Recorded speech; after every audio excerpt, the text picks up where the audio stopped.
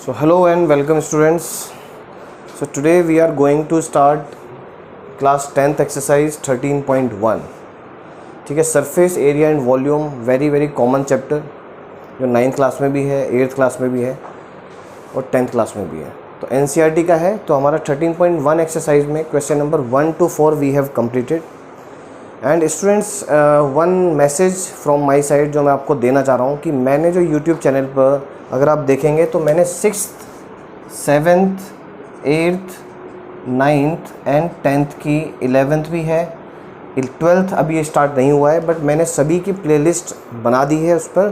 तो जिसको भी यूट्यूब चैनल पर जाना है तो वो क्लास वाइज जाए तो वो उसके लिए एक बेटर वे होगा। क्योंकि अगर 9th का स्टूडेंट जा रहा है और वो बहुत सारे वीडियोस में सर्च करेगा तो उसके लिए डिफ़िकल्ट होता है। तो आपके लिए बेटर यही है कि आप क्या करें, अपनी अपनी क्लासेस सिलेक्ट करें और अकॉर्डिंगली अपने टॉपिक्स को फाइंड करें। So this will be a better way so that you can gather the proper information from there. ठीक है, तो ये मेरी तरफ से एक पॉइंट था जो मैं रखना चाह रहा था, क्योंकि बहुत सारे बच्चों को प्रॉब्लम होता है कि यूट्यूब पर अगर वो जा रहे हैं और वीडियोस सर्च करने की कोशिश कर रहे हैं, उनको सर्चिंग में प्रॉब्लम आती है।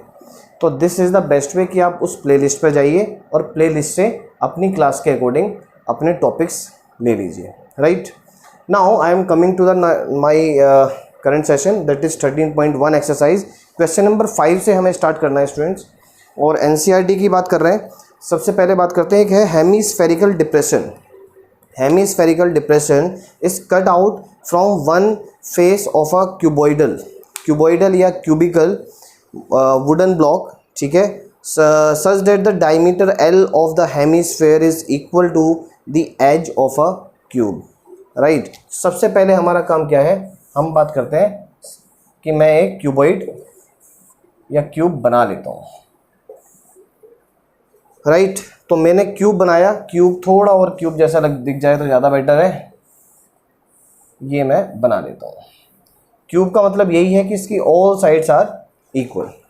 अब क्या आता है, इसमें से एक हेमीस्फेरिकल डिप्रेशन को कट किया गया। राइट, तो जैसे ही आप हेमीस्फेरिकल डिप्रेशन को कट करेंगे, तो कट करने का मतलब ये है कि सबसे पहले आप यहाँ से सिलेक्ट करेंगे कि कितना आपको सर्कुलर पार्ट रखना है। तो उसने बोल दिया है कि सर्कुलर पार्ट का जो डायमीटर होगा वो इसी की साइड के इक्वल होना चाहिए। ठीक है, तो जैसे ही मैं इसको कट करूँगा तो ये कुछ ऐसी वैल्यू देगा, ऐसा कुछ देखने में नज़र आएगा। तो इट मीन्स अगर मैं इसको समझूँ इस बात को कि ऊपर से देखोगे तो आपको एक हेमीस्फेरिकल डिप्रेशंस नज़र आना स्टार्ट होगा। राइट, तो इस केस में आपको क्या दिख रहा है कि आपका जो सर्कुलर पार्ट था, सर्कुलर फेस थी, वो हट जाएगी वहाँ से। तो लेकिन इसकी जो 5 फेसेस है, इसका जो 5 फेसेस है उस पर कोई इफेक्ट नहीं आने वाला है। तो प्रॉब्लम कहाँ आती है, प्रॉब्लम आती है जो ऊपर वाला सरफेस है उसका एरिया कम हो जाता है, बट एक न्यू एरिया जनरेट हो जाता है जो हेमीस्फेरिकल फॉर्म में जनरेट हो रहा है। राइट, अगर एक एरिया कम भी हो रहा है तो दूसरा एरिया हेमीस्फेरिकल फॉर्म में जनरेट भी हो रहा है। ठीक है, तो यहाँ पर ये चीज़ समझना बहुत ज़रूरी है। तो सबसे पहले स्टार्ट करते हैं इसको लिखना। क्वेश्चन नंबर 5 में बोला गया है diameter. Diameter of hemisphere is equal to edge of the cube. Right, अब प्रॉब्लम क्या है, हमें एज ऑफ द क्यूब नहीं दिया हुआ है, तो हम क्या करते हैं, let edge of cube be a centimetre. मैं उसको ए सेंटीमीटर मान लेता हूँ, या मैं सेंटीमीटर ना मानकर मैं उसको यूनिट मान लेता हूँ, क्योंकि डायमेंशंस या जो यूनिट है वो गिवन नहीं है। So determine the surface area of the remaining solid. You have to find the surface area. So surface area definitely it will come into the side A form, right, in the A form. So surface area of remaining solid. So what is the surface area of remaining solid here? In this case, if you see, area of 5 faces, 5 faces का area तो आपको include करना ही है, plus area, we can say that curved surface area of hemisphere hemisphere का जो curve surface area देखने को मिला है, और एक एरिया आपको ये भी मिलेगा जो आप यहाँ पर इस सरफेस पर बच जाएगा। Can you see this one and just imagine कि ये एरिया कैसे निकलेगा। सो ये एरिया कैसे निकलेगा कि आप area of upper surface and उसमें से क्या माइनस कर देंगे आप, एरिया ऑफ सर्कल। अब देखिए मैं सभी चीज़ों को अटैच करता हुआ चल रहा हूँ। सबसे मैंने पहले 5 फेसेस को ऐड किया, देन मैंने curve surface area of hemisphere को लिया, देन फिर मैंने इस वाले एरिया को निकालने के लिए जो मेरी अपर सरफेस पर सर्कुलर पार्ट कट करके बच जाता है, वो एरिया कैसे निकलेगा कि मैं उस सरफेस का एरिया निकालूं और उसमें से सर्कुलर पार्ट का एरिया माइनस कर दूं। So now we will put the value है। सो 5 सरफेसेस का एरिया क्या बन जाता है, 5a², क्योंकि हर एक सरफेस a² जनरेट करेगी area because it is a cube. Now curve surface area of hemisphere will be, क्योंकि अगर ये a है तो इसका जो रेडियस हो जाएगा वो a/2 हो जाएगा। And what is the curve surface area of hemisphere, 2 pi, it is r²। and area of upper surface is in a square form because each surface is in the square form in a cube, minus area of circle will be pi r²। अब यहाँ पर हम करते हैं 5a², it will be 2 pi and r will be a/2 whole square, it is a² pi into a/2 whole square। तो हमारे सामने ये एक रिलेशन बन जाता है। अब हमारा काम सिर्फ क्या है, सिर्फ इस पर्टिकुलर कैलकुलेशन को सिंप्लीफाई करना है। So it will be 5a² right plus 2 pi and it will be a² upon 4 plus a² upon 4। Now can we take a² common, so what is left, 5, and in this case if you see it is pi upon 2, it is 1 minus pi upon 4, correct? So now it will be 6 plus pi by 2 minus pi by 4, and we can more simplify it, we can take common here, it is 4, so it will be 2 pi minus pi, so it will be 6 plus pi by 4। so you can leave your answer here only because a का value तो पता ही नहीं है, तो आपका answer unknown form में रहना ही है। ठीक है, तो इस क्वेश्चन में ये एक खासियत थी। तो आपको समझना यही था कि जब वो हेमिस्फेरिकल डिप्रेशन आया तो उसकी वजह से अगर एक एरिया कम हुआ टॉप का तो एक नया एरिया जनरेट भी हुआ। और वी कैन अंडरस्टैंड कि हम इसको ऐसा भी समझ सकते हैं कि जब आप सरफेस एरिया निकालते हैं तो सरफेस एरिया निकालने से पहले आपको ये सोचना है कि सब कुछ प्रोसेस होने के बाद अब आपको ऑब्जेक्ट मिल गया, रिमेनिंग पार्ट, आपको ये चेक करना है कि मैं कौन कौन सा एरिया देख सकता हूँ, कौन कौन सा एरिया है जो अब विजिबल हो रहा है मेरे लिए। आप इस चीज़ को ऐसे समझें, या ये भी समझ सकते हैं कि मैं कौन कौन सा एरिया पेंट कर सकता हूँ या क्या एरिया टच कर सकता हूँ उस पर्टिकुलर फिगर के अंदर। अगर वो फिगर आपको समझ में आ जाता है तो उस एरिया को निकालने में प्रॉब्लम कभी नहीं आएगी। Right, now question number 6, a medicine capsule is in the shape of a cylinder. अब देख रहे हैं मेरे पास मेडिसिन कैप्सूल है और वो एक सिलेंड्रिकल फॉर्म में है। तो इट मीन्स अगर मैं इसको ऐसे समझूं, cylindrical form with 2 hemispheres stuck on each of its end, मतलब मैं इसकी बात करता हूं तो यहाँ पर 2 हेमिस्फीयर्स मिल रहे हैं मुझे प्लस 1 सिलेंडर, राइट, और उन सबको हमने ज्वाइंट कर दिया। The length of the entire capsule is 14 mm and diameter of the capsule is 5 mm। देखिए डायमीटर को समझ लेते हैं क्योंकि इसमें एक चीज़ वेरी क्लियर है कि जो इसका डायमीटर है मीन्स क्या कि diameter of cylinder and hemisphere are same, क्योंकि दोनों का बेस सेम है। तो इट मीन्स कि अगर मैं ये बोलना चाहूँ कि यहाँ से यहाँ तक ये 5 है तो ये 2.5 यहाँ हो जाता है और 2.5 यहाँ पर आ जाएगा जो उसकी रेडियस बन जाएगी, करेक्ट। और अगर मैं यहाँ से इसको ऐसे ज्वाइन कर दूँ तो भी ये रेडियस ही है, क्योंकि हेमिस्फीयर के लिए रेडियस ही उसकी हाइट भी होती है। सेम एज इट इज़ यहाँ पर भी होगा, बिल्कुल सेम होगा। अब यहाँ पर एक चीज़ क्लियर हो जाती है आपको कि अगर मुझे सिर्फ सिलेंडर की ही हाइट चाहिए तो मुझे इस 14 में से 2.5 और ये 2.5 माइनस करना पड़ेगा। और मुझे एग्जैक्टली क्या माइनस करना पड़ेगा? 14 mm माइनस 5 mm, जो मुझे मिल जाता है 9 mm। ठीक है, अब मुझे सिलेंडर का भी मुझे अलग से डायमेंशन पता लग गया, और हेमीस्फेयर के लिए तो सिर्फ एक ही डायमेंशन की रिक्वायरमेंट होती है, उसका नाम है radius. Correct. Now we have to find the surface area. सबसे पहले हम लिख लेते हैं length of capsule. I will say it entire length of capsule will be 14 mm, right? And diameter of hemisphere and cylindrical part. I am writing both, ठीक है। तो यहाँ से क्लियर हो जाता है कि ये जो डायमीटर है दोनों के लिए काम करने वाला है। So similarly we can find that the radius of hemisphere and cylinder is equal to 5/2 mm। मतलब क्या आ गया? 2.5 mm। ठीक है, ये चीज़ भी क्लियर हो जाती है हमारे लिए। अब इस केस में आगे बात करते हैं। अगर मुझे सरफेस एरिया निकालना हो स्टूडेंट्स, तो surface area is equal to what?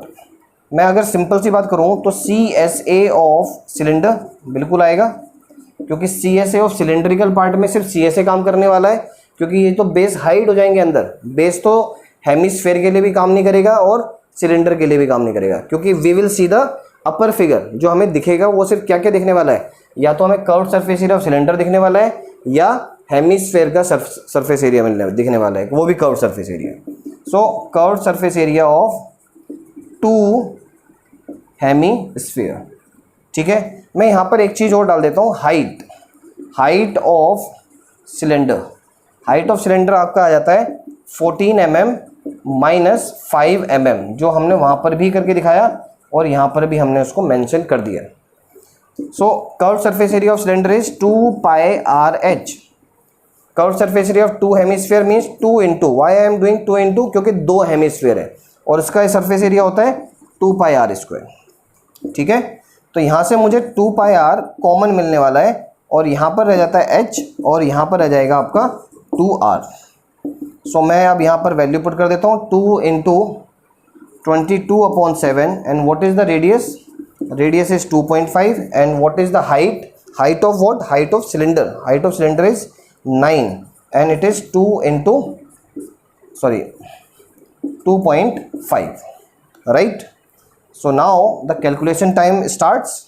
कितना आ जाता है? 2 इंटू 22/7। मैं इसको एज इट इज ही रख रहा हूँ, लेकिन मुझे अंदर से क्या मिल रहा है? 9 और ये बन जाएगा 5। 9 + 5 14। अब देखिए जो 7 कैंसिल हो गया, जो डिनोमिनेटर में होने की वजह से डेसिमल वैल्यू दे सकता था, तो ये आ गया 44 एंड ये हो जाता है 5।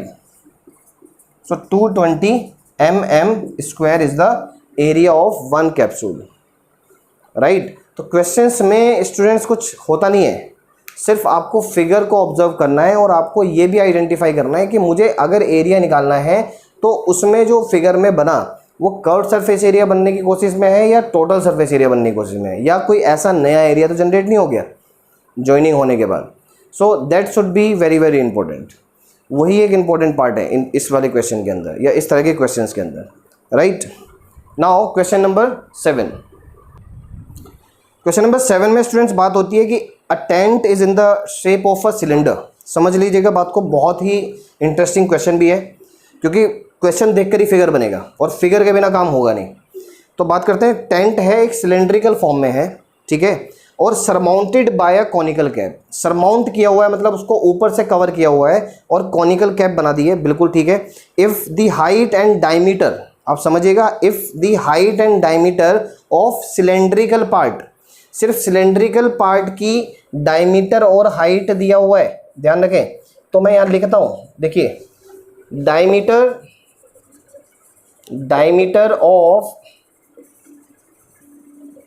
सिलेंड्रिकल पार्ट डी मान लेते हैं हम इसको, is equal to 2.1 metre and height of cylindrical part h is equal to 4 metre. अब स्टूडेंट्स यहाँ से बड़ी चीज़ क्लियर हो जाती है कि अगर डायमीटर सिलेंडर का 2.1 है तो कोन का भी तो 2.1 आना है, क्योंकि वो तो सरमाउंटेड है उसके ऊपर, ठीक है, और पूरी तरह से कवर कर रहा है, वो भी बात करते हैं। And the slant height of a top is 2.8 metre. ये देखिए, ये वाली जो बात कर रहे हैं हम, ये है 2.1, ठीक है, और ये जो हाइट है, this height it is 4 metre. और स्लैंट हाइट कौन का दे दिया, बट कौन का भी हाइट नहीं मिला है, ठीक है। Find the area of canvas, find the area of canvas used for making this tent. अब क्या हो रहा है, सिचुएशन को समझिएगा कि ये हमारे लिए एक पर्टिकुलर फिगर बना, इस फिगर को टेंट के कपड़े से कवर कर रहे हैं, उसका नाम है कैनवस। ध्यान रखिएगा, कैनवस से इस पूरे एरिया को कवर किया जा रहा है, लेकिन बॉटम को नहीं करेंगे, ध्यान रखेंगे हम, ठीक है। तो ये हमें क्लियर हुआ बात। अगर मुझे इसको चारों तरफ से कवर करना है तो आपको समझ में आ गया होगा कि मुझे इसका कर्व्ड सरफेस एरिया निकालना पड़ेगा, ठीक है, मुझे इसका कंप्लीट सरफेस एरिया निकालना पड़ेगा। तो हम बात कर रहे हैं यहाँ पर, तो सबसे पहले बात करते हैं सरफेस एरिया ऑफ फिगर। जो भी फिगर मिली हमें, जो भी टेंट की फॉर्म बनी है, उस पर्टिकुलर फिगर का हम सरफेस एरिया निकालेंगे। वो सरफेस एरिया किस किस पर डिपेंड कर रहा है वो हमारे लिए बात करते हैं। उसमें बात करते हैं जब CSA ऑफ सिलेंडर लेंगे आप। क्यों लेंगे CSA, क्योंकि बॉटम लेना नहीं है और ये वाला बॉटम कवर हो चुका है, राइट, तो इसलिए CSA में चला गया। उसके बाद CSA ऑफ कौन भी लेना पड़ेगा, क्योंकि कौन का भी बेस अंदर ही है। तो यहाँ पर जब CSA ऑफ सिलेंडर लेते हैं तो वो आता है 2πRH, और इसका जब लेते हैं तो वो आता है πRL। तो हमारे लिए सिचुएशन सही हो गई है, πR हम कॉमन लेंगे और 2H + L मुझे यहाँ पर रिजल्ट मिलता है। अब सिर्फ मेरा काम क्या हो जाता है कि मैं सिर्फ वैल्यू पुट करूँगा और मेरे सामने आंसर आएगा। ये हो जाता है 2.1/2। क्यों कर रहा हूँ 2.1/2, क्योंकि 2.1 डायमीटर है और मुझे क्या करना है, मुझे तो रेडियस चाहिए। 2 × 4 प्लस इट इज़ 2.8, ठीक है, बिल्कुल सही जा रहे हैं हम। 7 से देखिए ये गया 0.3 की जब मल्टीप्लाई करेंगे आप 22 में तो आपको मिलता है 6.6/2। इधर से मुझे मिलता है 8 और प्लस 2.8 10.8। कैलकुलेशन में थोड़ा आपको फास्ट होना पड़ेगा, ध्यान रखिएगा। अगर कैलकुलेशन वीक हो जाती है तो आप कहीं ना कहीं अपने टाइम को स्पॉइल कर सकते हैं, ठीक है। जब ये वाला क्वेश्चन आ जाता है आप इसको ऐसा भी कर सकते हैं, इसको 10 + 0.8 लिख दीजिए और डिस्ट्रीब्यूटिव प्रॉपर्टी यूज़ कर सकते हैं। तो ये होता है 33 और यहाँ से मिलेगा मुझे 2.64, तो it will be 35.64 and it is metre square. और आपके सामने ये एक आंसर आता है एरिया। ये बात हुई है हमारी सरफेस एरिया की, अभी हमारे सामने सरफेस एरिया निकला। अब हमारी जो नेक्स्ट केस आता है वो आती है कॉस्ट। कॉस्ट में क्या बोलता है वो कहता है कैनवस का जो कॉस्ट है वो है ₹500 पर metre square. So we will write here the cost of canvas is equal to, तो 500 कितने मीटर की कॉस्ट है, कितने मीटर स्क्वायर का, 1 मीटर स्क्वायर का। हमारे पास कितने मीटर स्क्वायर है, हमारे पास तो 35.64 मीटर स्क्वायर है। सो 5 का मल्टीप्लाई करते हैं,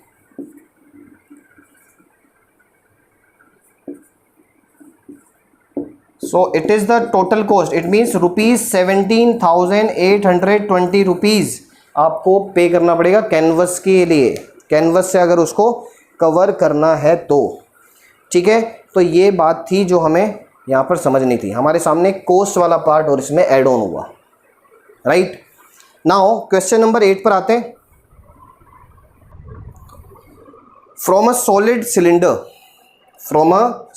cylinder whose height is 2.4 centimeter and diameter is 1.4 centimeter, right? A conical cavity of same height and same diameter is hollowed out. Hollowed out मतलब ये है कि हमने इसमें से कोन काट कर निकाल लिया। बहुत सॉलिड सिलेंडर है, आप वुड का मान लीजिए इसको, और उसको वुड में से निकाल लिया गया।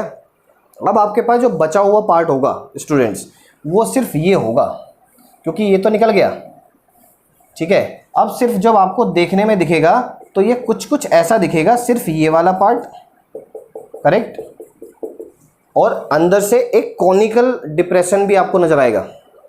तो इट मीन्स अगर मैं अब सिचुएशन को थोड़ा समझने की कोशिश करता हूँ तो मेरे पास विजिबल एरिया क्या है, मेरे पास विजिबल एरिया क्या आएगा, एक तो मुझे कर्व्ड सरफेस एरिया देखने को मिलेगा, दूसरा मुझे एक बॉटम देखने को मिलेगा, और तीसरा जो मुझे कॉन देखने को मिलेगा।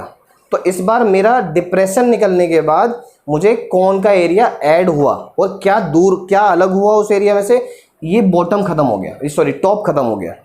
टॉप का एरिया खत्म तो हुआ बट उसकी जगह पर कॉन का एरिया ऐड हो गया। तो इट मीन्स इस पर्टिकुलर प्रोसेस में एरिया इंक्रीज हो गया डिक्रीज होने की जगह पर, right. So we will write here height of cylinder H, it is equal to 2.4 centimeter, correct, and diameter of cylinder D ले लेते हैं, it is 1.4 centimeter. So radius कितना हो जाएगा स्टूडेंट्स, 0.7 सेंटीमीटर, क्योंकि यही हमारे लिए काम आएगी। अब क्या होता है, a conical cavity is होलोड out किया गया of same radius and same height, correct. तो हमारे लिए क्या क्या मिला, so total surface area of remaining solid, ठीक है। ये सिचुएशन समझिएगा, यहाँ पर बहुत कुछ देखने को मिलता है जब आप सॉलिड हटाते हैं या सॉलिड किसी चीज़ में से निकाला जाता है तो क्या क्या विजिबिलिटी मिलती है। तो सबसे पहले बात करते हैं CSA ऑफ सिलेंडर, और क्या प्लस करेंगे हम, फिर हम करेंगे area of base of cylinder, right, क्योंकि टॉप तो निकल गया, लेकिन टॉप निकलने की वजह से क्या मिला, CSA ऑफ कॉन। ये हमारे लिए, ये जब तीन एरियाज आप प्लस करेंगे तब जाकर आप टोटल सरफेस एरिया निकाल पाएंगे। अब बात करते हैं, यहाँ से मैं स्टार्ट करता हूँ students. CSA is 2 pi RH, and base का एरिया मिलता है पाई R स्क्वायर, और ये मिल जाएगा पाई RL, करेक्ट। इस पाई RL को निकालना पड़ेगा हमें, ध्यान रखिएगा, क्योंकि हमें ये चाहिए, और ये आपके लिए एक ट्रायंगुलर फॉर्म दिख रहा होगा, तो हमें पाइथागोरस थ्योरम का यहाँ पर यूज़ करना पड़ेगा जब आप L की वैल्यू निकालेंगे, correct. So can we take pi R common, so what is left, यहाँ बच जाता है 2H, एंड यहाँ पर बचता है सिर्फ R, और यहाँ पर बच जाता है सिर्फ L, ठीक है। अब यहाँ पर मैं इसको थोड़ी देर के लिए स्टॉप करता हूँ, और यहाँ से मैं सबसे पहले L की वैल्यू जनरेट करूँगा। L की वैल्यू जनरेट होने पर क्या आएगी, मैं इसको अगर L मान रहा हूँ तो मुझे मिलेगा 0.7 स्क्वायर प्लस 2.4 स्क्वायर, करेक्ट है। और यहाँ से मैं सिचुएशन बनाते हैं तो ये बनती है 0.49, और ये मिलता है मुझे 5.76, और जब आप इसको ऐड करेंगे तो आपको मिलेगा ये 6.25, और ये जब आप इसका स्क्वायर रूट करेंगे तो आपको ये 2.5 सेंटीमीटर आपकी स्लैंट हाइट आ जाएगी, ठीक है। अब आपका देखिए आ चुका है, रेडियस और हाइट दोनों का इक्वल है, सो मैं यहाँ पर radius of cylinder and cone भी लिख सकता हूँ, एंड कॉन, ये दोनों के लिए बात हो रही है। So pi, what is radius, radius is 0.7, height is 2.4, plus what is radius again 0.7, what is slant height हमने अभी निकाली पाइथागोरस थ्योरम को यूज़ करके। अब हमारे सामने सिचुएशन सही आ गई, अब सिर्फ calculation part is left. It is 4.8, it is 3.2, और जब आप इसको करेंगे तो आपको मिलता है 8, और ये मिलेगा 0.1। देखिए 0.1 का मतलब हो गया 2.2 into 8, so it is 17.6 centimetre square.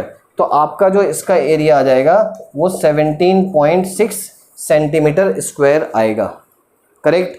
आपको एक चीज़ क्लियर हुआ होगा इस वाले इस तरह के क्वेश्चंस के अंदर कि आपका कैलकुलेशन पार्ट पर आपको काफ़ी स्ट्रॉन्ग बनना पड़ेगा। दूसरी चीज़ क्या स्ट्रॉन्ग बननी पड़ेगी, आपको इस पर्टिकुलर पार्ट पर भी स्ट्रॉन्ग बनना पड़ेगा कि आपको जो सरफेस एरिया निकालना है उसमें कौन कौन से एरियाज़ इंक्लूड होने वाले हैं, क्योंकि बच्चे सबसे ज़्यादा मिस्टेक करते हैं जब डिप्रेशन करता है तो उस डिप्रेशन को तो वो भूल ही जाते हैं। क्योंकि ये पार्ट वॉल्यूम में हट जाएगा। अगर मुझे वॉल्यूम निकालना हो तो मैं बोलूँगा volume of this one minus volume of कौन, बट इस केस में सरफेस एरिया की बात हो रही है कि कौन सी नई सरफेसेस ऐड हुई हैं। जब सरफेस एरिया निकालते हैं तो आपको सरफेसेस पर फोकस करना है, ठीक है। कौन सा कटने के बाद, कट तो गया वो तो अलग हो गया, और उसके बाद जो न्यू सरफेस जनरेट हुआ, नया फिगर जो जनरेट हुआ, उसमें क्या क्या ऐड होने वाला है, राइट। सो ये इस पर्टिकुलर टॉपिक का मेन पार्ट था। स्टूडेंट क्वेश्चन नंबर 9 में भी बिल्कुल सेम प्रोसीजर है। मैं आपको सिर्फ हिंट देने वाला हूँ इस क्वेश्चन के लिए, और मैं एक्सपेक्ट कर रहा हूँ कि आप ये क्वेश्चन को खुद प्रैक्टिस करें, ठीक है। अगर कोई प्रॉब्लम आती है तो आप कमेंट बॉक्स में डाल दीजिए, I will make a separate video for the doubts, right. So what we are doing here, इसमें भी वही चीज़ है, एक सिलेंड्रिकल फॉर्म है। इससे जो लास्ट वाला क्वेश्चन था उसमें हमने कॉनिकल कट किया था, कॉनिकल कैविटी निकाली गई थी, बट यहाँ पर अगर देखें दोनों तरफ हमने हेमिस्फेरिकल डिप्रेशंस दिए हैं, ठीक है। तो हेमिस्फेरिकल डिप्रेशंस का मतलब ये है कि हमें ये तो पता है कि इसका रेडियस कितना है, ये भी गिवन है, मुझे हाइट भी पता है, तो इसमें प्रॉब्लम कुछ नहीं है। प्रॉब्लम ये, अब देखिए सबसे पहली बात है मुझे क्या देखने को मिला जब ये हेमिस्फेरिकल कट लग गए, तो उसके बाद मेरे पास क्या रह जाता है। एक तो मेरे पास curved surface area of cylinder रह जाता है, राइट। और दूसरा, अगर ये कट हुआ तो इट मीन्स इसके दोनों बेसिस गायब हो गए, दोनों बेसिस खत्म, उसमें बचा ही नहीं है वो। और क्या बचा हमारे पास तो रिमेनिंग पार्ट क्या बचा कि CSA of hemisphere plus CSA of hemisphere. I am writing 2 times क्योंकि मैंने दोनों बेसिस की तरफ की बात कर दी, और बाद में मैं 2 × 2 कर दूंगा इसको। तो ये बड़ा सिंपल सा फॉर्मूला बनता है कि यहाँ पर ये 2πRH प्लस जब आप CSA ऑफ हेमिस्फीयर निकालेंगे तो आपको मिलेगा 2πr²। सिर्फ आपको वैल्यू पुट करनी है, आंसर आपके हाथ में आ जाता है, राइट। तो इस पर्टिकुलर एक्सरसाइज में यही था स्टूडेंट्स। आई होप ये एक्सरसाइज आपको क्लियर हो गई होगी। So thank you so much for watching this video. If you like this video please like it and subscribe my channel. Thank you so much.